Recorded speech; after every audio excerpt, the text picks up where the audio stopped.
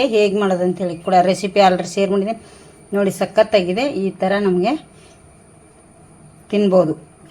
Tomato sauce ಒಟ್ಟಿಗೆ ಈರುಳ್ಳಿ ಇದ್ರೆ ಅಂತೂ ಇನ್ನೂ ಚೆನ್ನಾಗಿರುತ್ತೆ ಫ್ರೆಂಡ್ಸ್. ಇದು ಈರುಳ್ಳಿ ಒಟ್ಟಿಗೆ ಸೂಪರ್ ಆಗಿರುತ್ತೆ. ನೀವು ಒಂದ್ಸತಿ ಮನೇಲಿ ಟ್ರೈ ಮಾಡಿ ಹೇಗೆ ಬಂದಿದೆ ಅಂತೇಳಿ ಕಮೆಂಟ್ ಕೂಡ ಮಾಡಿ ಹೇಳಿ. ಹೊಸಬ್ರು ನಮ್ಮ ಚಾನಲ್ ನೋಡ್ತಾ ಇದ್ರೆ ಪ್ಲೀಸ್ ಸಬ್ಸ್ಕ್ರೈಬ್ ಮಾಡ್ಕೊಂಡು ನೋಡಿ, ವಿಡಿಯೋ ನೋಡಿ, ಹಾಗೆ ನೋಡಿ ಒಂದು ಲೈಕ್ ಕೂಡ ಮಾಡಿ ಫ್ರೆಂಡ್ಸ್.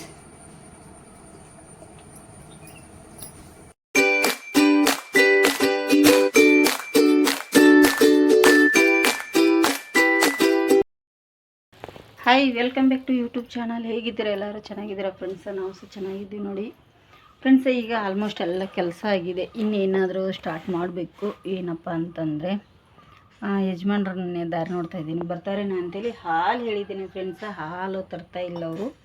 ಹಾಲು ಖಾಲಿ ಆಗಿತ್ತು. ಅದು ಸ್ವಲ್ಪ ಒಂದು ರೆಸಿಪಿಗೆ ಹಾಲು ಬೇಕಾಗಿತ್ತು. ಅದಕ್ಕಾಗಿ ಹಾಲಿಗೋಸ್ಕರನೂ ಕಾಯ್ತಾಯಿದ್ದೀನಿ, ಇನ್ನು ಶ್ರೇಯನಿಗೋಸ್ಕರನೂ ಕಾಯ್ತಾಯಿದ್ದೀನಿ. ಆ ರೆಸಿಪಿ ಮಾಡಲಿಕ್ಕೆ ಶ್ರೇಯ ಮೇನಾಗಿ ಬೇಕು ಫ್ರೆಂಡ್ಸ.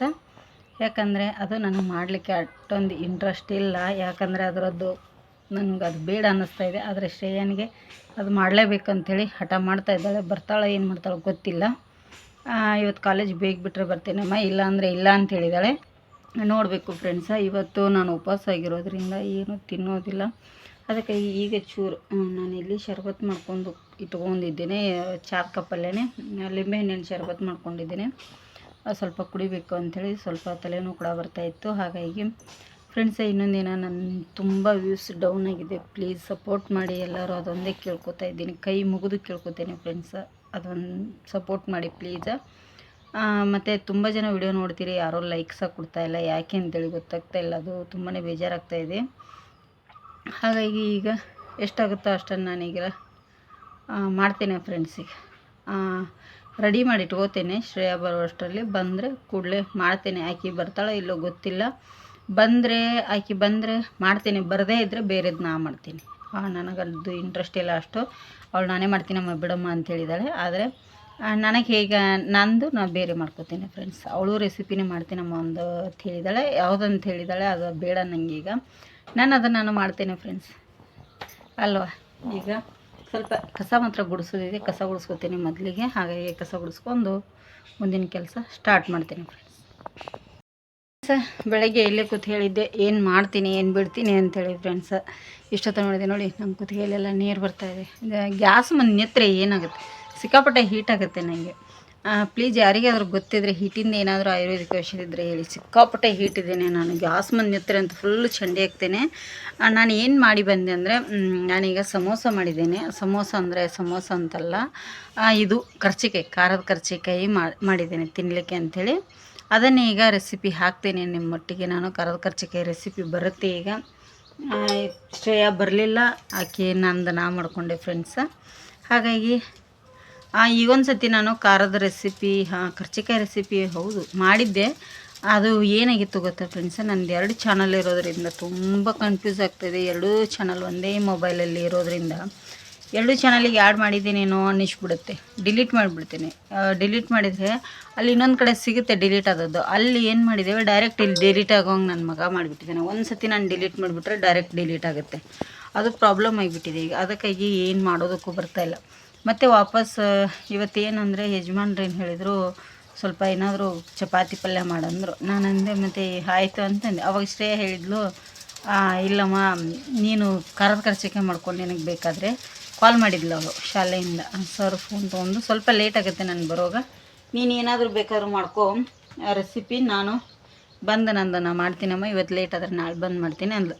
ಆವಾಗ ಆಯಿತು ಪಪ್ಪಾದಾರು ತಂದೆ ಅಂಟ್ಲೆ ಅವರು ಇಲ್ಲ ಚಪಾತಿ ಪಲ್ಯ ಮಾಡು ಅಂತಂದರು. ನಾನಂದೆ ಏನಾದರೂ ರೆಸಿಪಿ ಮಾಡ್ತೀನಿ ಅಂತಂದೆ. ಅವಾಗ ಹೇಳಿದ್ರು, ಈಗೊಂದು ಸತಿ ನೀನು ಖಾರದ ಕರ್ಚಿಕಾಯಿ ಮಾಡಿದ್ದೆಲ್ಲ ಅದನ್ನೇ ಮಾಡಿಬಿಡು, ನಾನು ಅದನ್ನೇ ತಿಂತೇನೆ ಅಂತಂದ್ರು. ಅನ್ನ ಸಾಂಬಾರು ಇದ್ದರೆ ಸಾಕಾದ್ರೊಟ್ಟಿಗೆ ಅಂತಂದರು. ಅವಾಗ ಶ್ರೇಯ ಹೇಳಿದ್ಲು, ಆಯ್ತಪ್ಪ ಅಪ್ಪನಿಗೆ ಕರ್ಚಿಕಾಯಿನ ಮಾಡಿಕೊಡಮ್ಮ ಖಾರದ್ದು, ನಾನು ಬೇಗ ಬಂದರೆ ಮಾಡ್ತೇನೆ, ಇಲ್ಲಾಂದರೆ ಇಲ್ಲ ಅಂತಂದ್ಲು ಫ್ರೆಂಡ್ಸ್.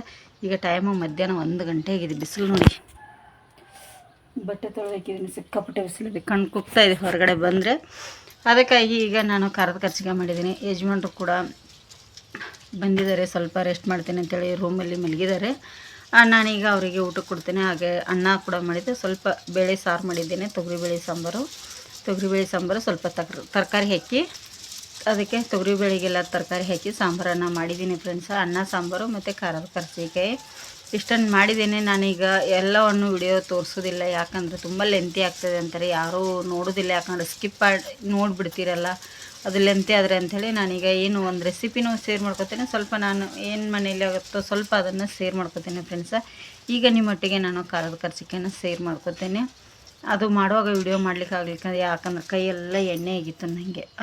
ಒಂದು ಫೋನ್ ತೆಗೆದು ಇನ್ನೊಂದು ಫೋನ್ ಹಾಕೋದಕ್ಕೂ ಬರಲ್ಲ, ಮತ್ತು ಅದನ್ನೇ ಅಲ್ಲಿ ಆಫ್ ಮಾಡಿ ನಿಲ್ಲಿಸಿ ಮತ್ತು ಮಾಡೋದಕ್ಕೂ ತುಂಬ ಕಷ್ಟ, ಯಾಕಂದರೆ ನನ್ನ ಹತ್ರ ಸ್ಟ್ಯಾಂಡ್ ಇಲ್ಲ, ಅದು ಕಷ್ಟ ಆಗ್ತಾಯಿದೆ.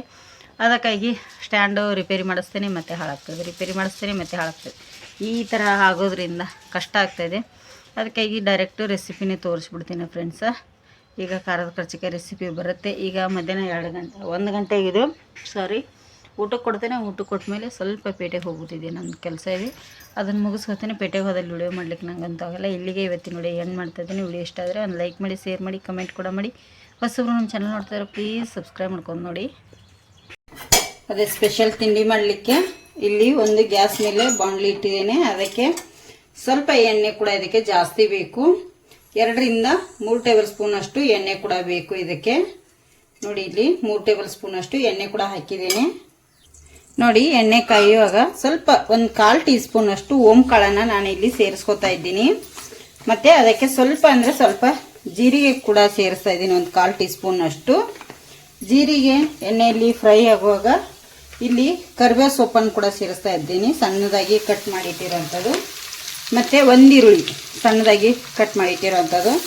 ಇದನ್ನೀಗ ಚೆನ್ನಾಗಿ ಎಣ್ಣೆಯಲ್ಲಿ ಫ್ರೈ ಮಾಡ್ಕೊಳ್ಬೇಕು ನಾವು. ನೋಡಿ ಚೆನ್ನಾಗಿ ಇದನ್ನು ಎಣ್ಣೆಯಲ್ಲಿ ಸ್ಲೋ ಉರಿ ಇಟ್ಟು ಫ್ರೈ ಮಾಡ್ಕೋಬೇಕಾಗತ್ತೆ. ಈಗ ಅದು ಫ್ರೈ ಆಗ್ತಾ ಇರಲಿ ಫ್ರೆಂಡ್ಸ. ಈಗ ಇದಕ್ಕೆ ಸ್ವಲ್ಪ ನಾನಿಲ್ಲಿ ಕಸೂರಿ ಮೆಂತಿ, ಅಂದರೆ ಕಸೂರಿ ಮೆಂತಿ ಬರುತ್ತೆ ನೋಡಿ, ಅದನ್ನು ಕೂಡ ಹಾಕ್ತಾ ಇದ್ದೀನಿ. ಸ್ವಲ್ಪ ಪರಿಮಳ ಚೆನ್ನಾಗಿ ಬರುತ್ತೆ ಅಂಥೇಳಿ ಕಸೂರಿ ಮೆಂತಿ ಕೂಡ ಹಾಕ್ತಾ ಇದ್ದೀನಿ ಇದಕ್ಕೆ ಫ್ರೆಂಡ್ಸ. ಇಲ್ಲಿ ಸ್ವಲ್ಪ ಹಸಿ ಶೇಂಗಾ ಕೂಡ ಆ್ಯಡ್ ಮಾಡ್ತಾ ಇದ್ದೀನಿ ನೋಡಿ. ತಿನ್ನುವಾಗ ಮಿಡ್ಲಲ್ಲಿ ಒಂದೊಂದು ಕಾಳು ಸಿಕ್ಕರೆ ಮಕ್ಕಳಿಗೆ ತುಂಬ ಖುಷಿಪಟ್ಟು ತಿಂತಾರೆ ಅನ್ನೋದಕ್ಕೋಸ್ಕರ ಇಲ್ಲಿ ಶೇಂಗಾ ಕೂಡ ಆ್ಯಡ್ ಮಾಡ್ತಾ ಇದ್ದೀನಿ. ಇದು ಚೆನ್ನಾಗಿ ಫ್ರೈ ಆಗಲಿ ಫ್ರೆಂಡ್ಸ. ಇಲ್ಲಿ ಸ್ವಲ್ಪ ಒಂದು ಅರ್ಧ ಟೀ ಸ್ಪೂನ್ ಅಷ್ಟು ಜೀರಿಗೆ ಪೌಡರನ್ನು ಹಾಕ್ತಾ ಇದ್ದೀನಿ. ಜೀರಿಗೆ ಪೌಡರ್ ಇಲ್ಲ ಅಂದರೆ ಜಾಸ್ತಿ ಜೀರಿಗೆನೇ ಹಾಕೊಳ್ಳಿ ನೀವು, ಇಲ್ಲ ಅಂತ ಹೇಳೋರು ಹಾಕ್ಕೋಬೋದು. ಒಂದು ಅರ್ಧ ಟೇಬಲ್ ಸ್ಪೂನ್ ಅಷ್ಟು ಗರಂ ಮಸಾಲೆನ ಹಾಕ್ತಾ ಇದ್ದೀನಿ. ಹಾಗೆ ಚಿಲ್ಲಿ ಪೌಡರು, ರುಚಿಗೆ ತಕ್ಕಷ್ಟು ಚಿಲ್ಲಿ ಪೌಡರನ್ನು ಆ್ಯಡ್ ಮಾಡ್ಕೊಳ್ಳಿ ನೀವು. ಇಲ್ಲಿ ಎಷ್ಟು ಬೇಕಾಗುತ್ತಲ್ಲ ಅಷ್ಟನ್ನು.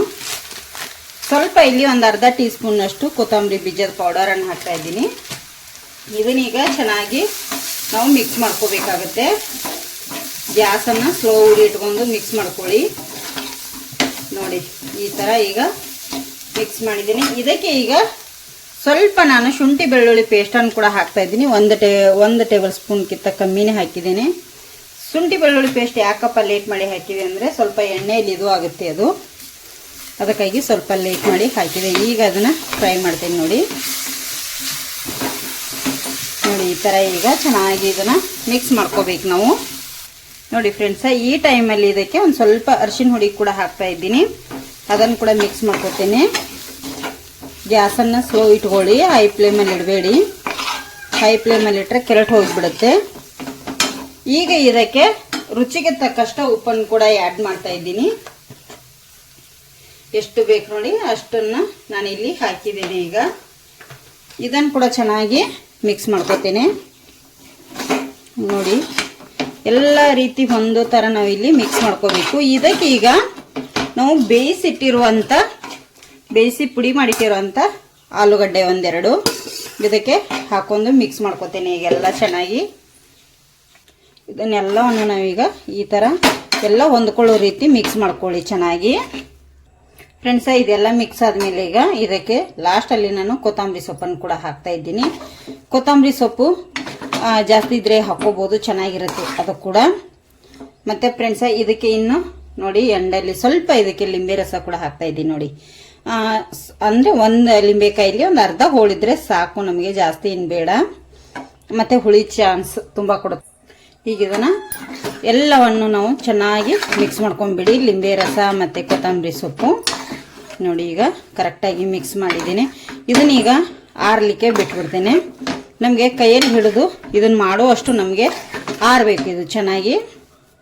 ಈಗಿದು ಆರಲಿ ಫ್ರೆಂಡ್ಸ, ಒಂದು 5ರಿಂದ 10 ನಿಮಿಷ ಬಿಟ್ಬಿಡ್ತೀನಿ ಹಾಗೆ. ಫ್ರೆಂಡ್ಸ ನೋಡಿ, ಇದು ಗೋಧಿ ಹಿಟ್ಟು ಆಲ್ರೆಡಿ ಗೋಧಿ ಹಿಟ್ಟು ನಾದಿ ಇಟ್ಟಿದ್ದೆ. ಇದೇನು ಡಿಫ್ರೆಂಟ್ ಏನಿಲ್ಲ. ಇದರಲ್ಲಿ ಸ್ವಲ್ಪ ಉಪ್ಪು ಹಾಕಿ ನಾವು ಚಪಾತಿ ಯಾವ ಹದಕ್ಕೆ ಕಲಿಸ್ಕೊತೀವಿ ನೋಡಿ, ಆ ಹದಕ್ಕೆ ಇದನ್ನು ಗೋಧಿ ಹಿಟ್ಟು ಕಲಿಸಿದ್ರೆ ಸಾಕು. ಈಗ ನಮಗೆ ಎಷ್ಟು ಉಳ್ಳೆ ಬೇಕು ನೋಡಿ, ಅಷ್ಟು ಉಳ್ಳೆನ ನಾನು ಮಾಡ್ಕೊತಾ ಇದ್ದೀನಿ ನೋಡಿ. ದೊಡ್ಡದು, ತುಂಬ ಸ್ವಲ್ಪ ದೊಡ್ಡ ಸೈಜೇ ಬೇಕು. ಕಾಣ್ತಿರ್ಬೋದು ನಿಮಗೆ.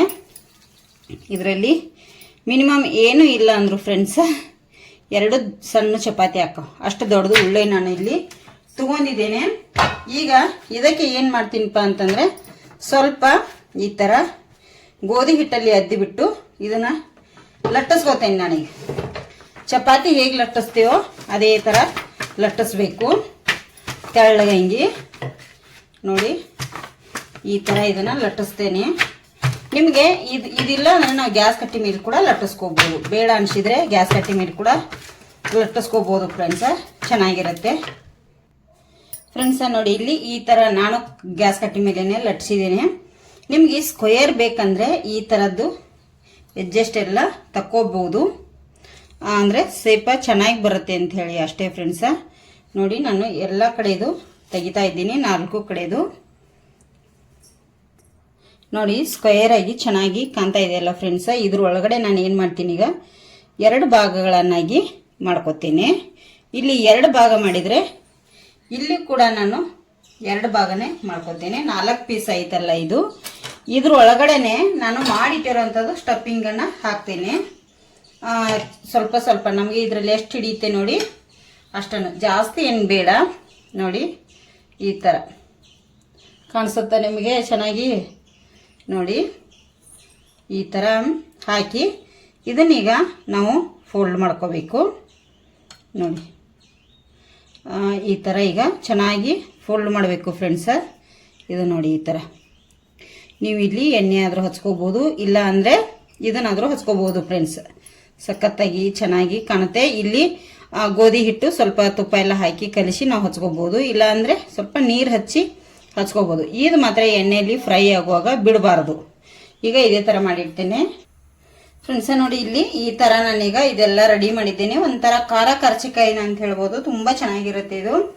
ಈಗ ಇದನ್ನು ಏನು ಮಾಡೋದು ಅಂತ ಹೇಳಿ ನೋಡಿ, ಇಲ್ಲಿ ಒಂದು 4ರಿಂದ 5 ಟೇಬಲ್ ಸ್ಪೂನ್ ಅಷ್ಟು ಎಣ್ಣೆ ಹಾಕಿದ್ದೀನಿ. ಫುಲ್ ಎಣ್ಣೆ ಹಾಕಲಿಲ್ಲ ನಾನು, ಎಣ್ಣೆ ಕಾಯ್ಬೇಕು. ಇದು ಎಣ್ಣೆಯಲ್ಲಿ ಫ್ರೈ ಮಾಡೋದ್ರಿಂದ ಡೀಪ್ ಫ್ರೈ ಅಂತೇಳಿ ಏನಿಲ್ಲ ಫ್ರೆಂಡ್ಸ. ನೋಡಿ, ಇಲ್ಲಿ ಒಂದೊಂದಾಗಿ ಹಾಕ್ತಾ ಇದ್ದೀನಿ, ಎಣ್ಣೆ ಫುಲ್ ಹಾಕಿಲ್ಲ. ನೀವು ಎಣ್ಣೆಯಲ್ಲಿ ಫ್ರೈ ಮಾಡ್ತೀನಿ ಅಂದರೆ ಹಾಕೋಬೋದು, ಅದರಲ್ಲಿ ಎಷ್ಟು ಹಿಡಿಯುತ್ತೆ ನೋಡಿ ಅಷ್ಟನ್ನು ನೀವು ಇಲ್ಲಿ ಹಾಕೋಬೋದು. ನಾನು ಸ್ವಲ್ಪ ಎಣ್ಣೆ ಹಾಕಿ, ಇಲ್ಲಾಂದ್ರೆ ಫ್ರೆಂಡ್ಸ್ ಗೊತ್ತಲ್ಲ ಚಪಾತಿಗೆ ಎಣ್ಣೆ ಯಾವ ಥರ ಹಚ್ಚಿ ನಾವು ಬೇಯಿಸ್ತೀವಿ ಆ ಥರನೂ ಬೇಯಿಸ್ಬೋದು, ತುಂಬ ಚೆನ್ನಾಗಿರುತ್ತೆ. ನೋಡಿ, ನಾನು ಇಲ್ಲಿ ಈ ಥರ ಮಾಡ್ತಾಯಿದ್ದೀನಿ. ತುಂಬ ಟೇಸ್ಟಿಯಾಗಿರುತ್ತೆ. ಮಕ್ಕಳಿಗೆ ಚಪಾತಿ ತಿಂದು ತಿಂದು ಬೋರ್ ಆಗಿದ್ರೆ ನಾವು ಒಂದು ಸತಿ ಮಕ್ಕಳಿಗೆ ಈ ಥರ ಮಾಡಿಕೊಟ್ರೆ ಅಂತ ಸಖತ್ತಾಗಿರುತ್ತೆ. ನೋಡಿ, 2 ಸೈಡ್ ನಾವು ಈ ಥರ ಎಣ್ಣೆಯಲ್ಲಿ ಇದನ್ನು ಮಾಡ್ಕೋಬೇಕಾಗತ್ತೆ. ನೋಡಿ, ಸೂಪರ್ ಆಗಿದೆ. ಈ ಹಂಚು ಮೇಲೆ ನಾವು ಬೇಯಿಸ್ಕೋಬೋದು, ಸುತ್ತಲೂ ಎಣ್ಣೆ ಹಾಕಿ ಕೂಡ ಅದು ಚೆನ್ನಾಗಿರುತ್ತೆ ಮಸ್ತಾಗಿ. ನೋಡಿ, ಇಲ್ಲಿ ಈ ಥರ ಈಗ ಇದನ್ನು ನಾನು ಸ್ವಲ್ಪ ಇದನ್ನು ಮಾಡ್ತಾಯಿದ್ದೀನಿ. 2 ಸೈಡು ಚೆನ್ನಾಗಿ ಇದು ಆಗಬೇಕಿದು ಫ್ರೈ ಆಗಬೇಕು. ನೋಡಿ, ಇಲ್ಲಿ ಬಾಯಿ ಹೇಗೆ ಬಿಡ್ತಾ ಇದೆ ನೋಡಿ, ಕಾಣ್ತಿರ್ಬೋದಲ್ಲ. ಒಳಗಡೆ ತುಂಬಿರುವಂಥ ಸ್ಟಫಿಂಗ್ ಹೊರಗೆ ಬರಬಾರ್ದು. ನಮಗೆ ಹೊರಗೆ ಬಂದರೆ ಒಂಥರ ಎಣ್ಣೆ ಕೂಡ ಹಾಳಾಗುತ್ತೆ, ಅಷ್ಟು ಇದು ಅನಿಸಲ್ಲ ಫ್ರೆಂಡ್ಸ. ನೋಡಿ, ಈಗ 2 ಸೈಡು ಎಷ್ಟು ಚೆನ್ನಾಗಿ ಫ್ರೈ ಐತೆಲ್ಲ ಕಾಣಿಸ್ತಾ ಇದೆ ನಿಮಗೆ ಫ್ರೆಂಡ್ಸ. ಈಗ ಫ್ರೈ ಆಗಿದೆ, ಇದನ್ನು ನಾನು ತೆಗಿತೇನೆ.